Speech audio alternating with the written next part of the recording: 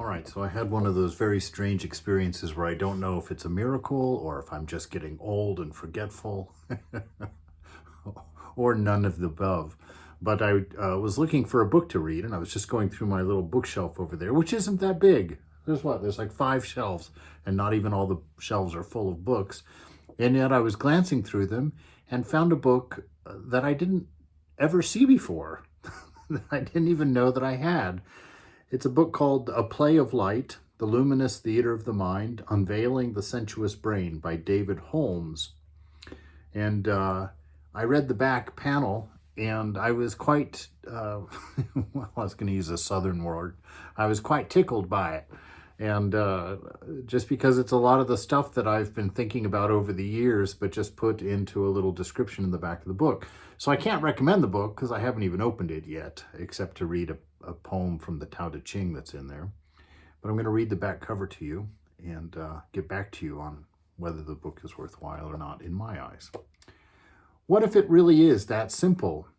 That the main occupation of the brain is to create this brilliant sound and light show directly from the electromagnetic field effects produced by the patterned firings of its 100 billion neurons. What if? What if the brain is simply the material substrate that holds the exuberance in place?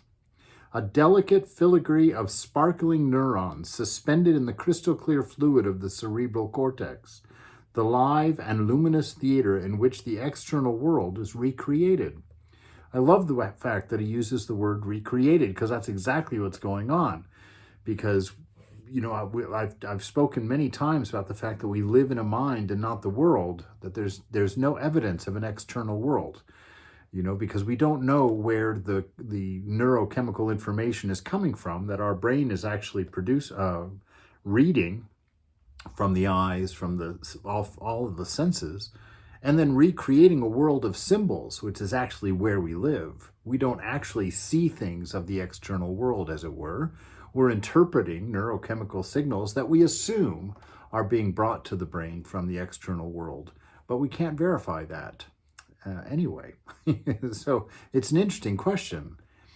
What if everything you see and hear and smell and taste and feel and think and dream is but a mind-boggling conjuration of elaborate stage illusions, produced entirely from the bioluminescence of vast networks of neurons, whose complex oscillations and color-coded pixelations fabricate these wondrous and beguiling forms, manifesting throughout an expanded spectrum of inwardly visible, audible, and palpable light?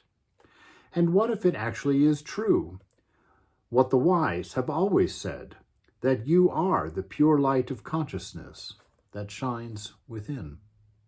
What if? I'll get back to you about the book.